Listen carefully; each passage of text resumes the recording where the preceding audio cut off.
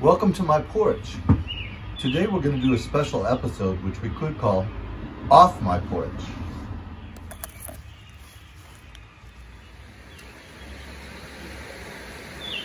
Episode 2.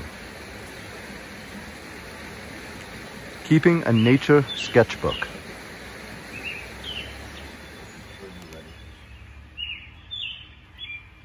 Let's see what I brought with me.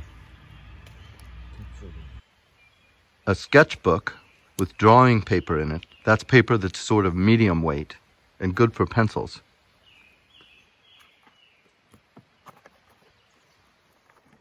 I brought a variety of drawing pencils. Different line weights will come from different lead weights, so we'll talk about that when we start drawing. I brought a kneaded eraser. That's the kind of eraser that cleans itself when you pull it apart and knead it together. I brought a white vinyl eraser, and I brought a pencil sharpener. As you start your nature sketchbook, choose plants and objects that you're actually drawn to. Take a look at the world around you. Choose simply. Don't try to draw too much at once.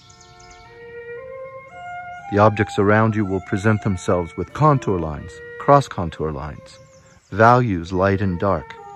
In every instance, please keep your eye on the object 99% of the time that you draw. Practice good stewardship and leave the forest as you found it. Don't take anything with you and try to observe it in its natural habitat.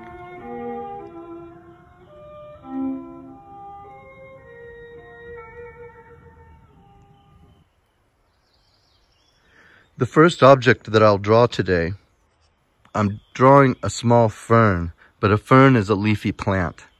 Some people refer to fern leaves as fronds.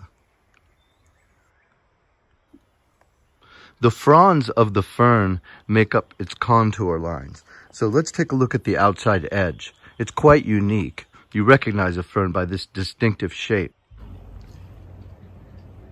Start by establishing a chief line and then block in the whole outer shape of the fern. Then add cross-contour lines. Their positioning is important because they will establish the gesture of each leaflet. In fact, if you look closer, you'll notice that each little finger of the leaflet, they're called pinna, has its own size and gesture. They lean in different directions. Observe what you're drawing. Don't make it up. If it helps you, you can find an imaginary contour line around the whole shape of the leaflet. This will let you know where the pinna will end. Clean up the edges as you draw. There's a lyrical quality to line variation. It's poetic expression, but it's based on observation. The positive shapes alternate with the negative shapes, creating a rhythm all the way around the edge of the leaf. Here I'm adding weight to the line using a 6B.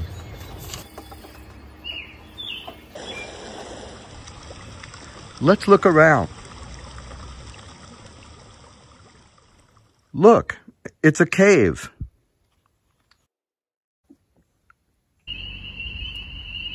Let's look inside.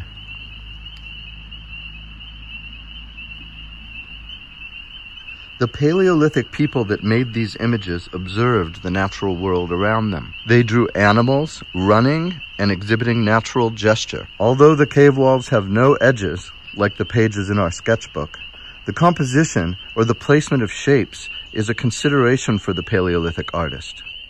The placement of positive shapes and negative shapes in relation to each other creates a balanced viewing experience. Leonardo da Vinci practiced the same compositional technique using positive and negative shapes to balance the page when he drew from nature in his sketchbook. The details and variations in nature are so plentiful that we can really only see some of them. Let's look for another object to draw.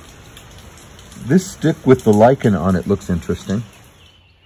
I truly think that observational drawing, keeping a sketchbook like this, is the best thing that an artist can do. This drawing exercise is all about learning how to look. Don't be afraid to extend your marks all the way up to the edge of the page. I'm making these marks with a 2B pencil.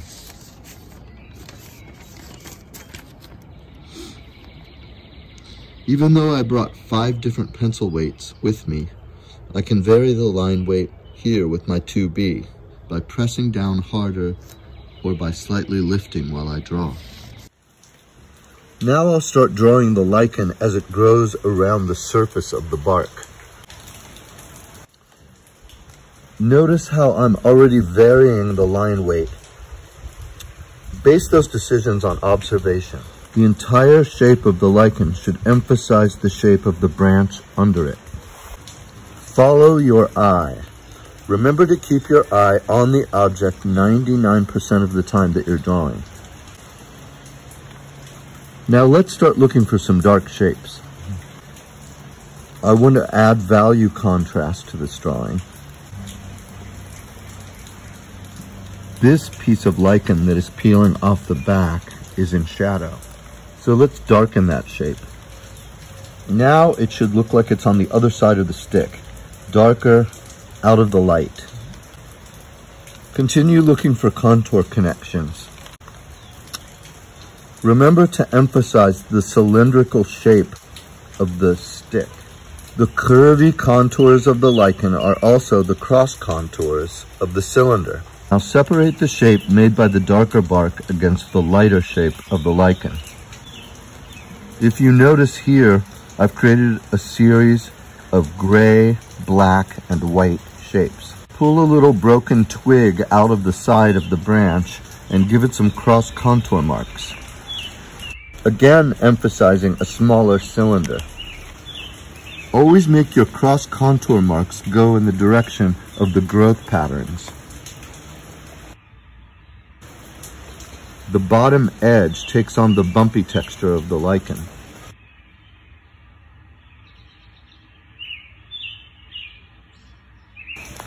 Now I'll look for more darks. Dark shapes connect to each other.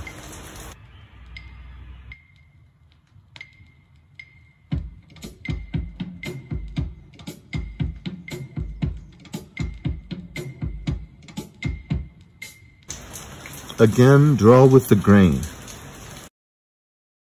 When I draw value on the smaller branch, I base the lights and the darks on what I see in front of me. You can't make it up.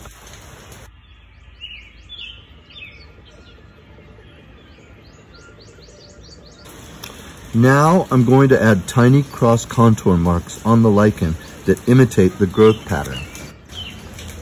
See how lightly that I'm using my pencil. This study presents a clear variety of line weights and value contrast. It's a nice lesson on drawing texture. Let's look for a budding leaf cluster for our last drawing today. Look at these magnolia buds.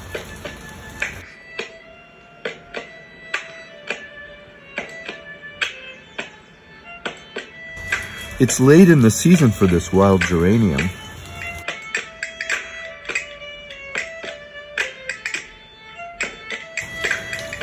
Ooh, look at this. A budding leaf cluster on a basswood sapling.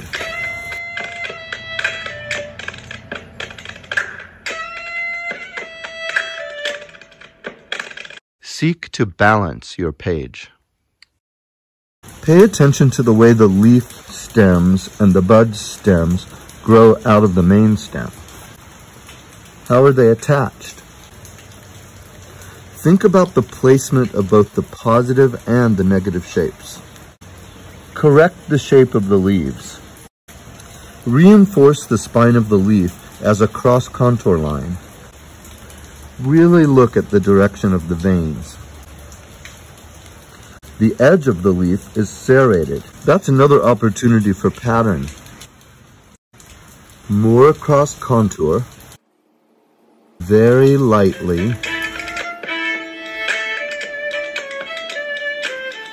Check to make sure that the negative shapes are the right size and correctly placed. Have fun choosing larger motifs to draw. See the negative shapes between these clusters of ferns? Or the texture contrast between this tree trunk and the vegetation on the forest floor? Look at the value contrast between the rock and the negative shape under the overhang.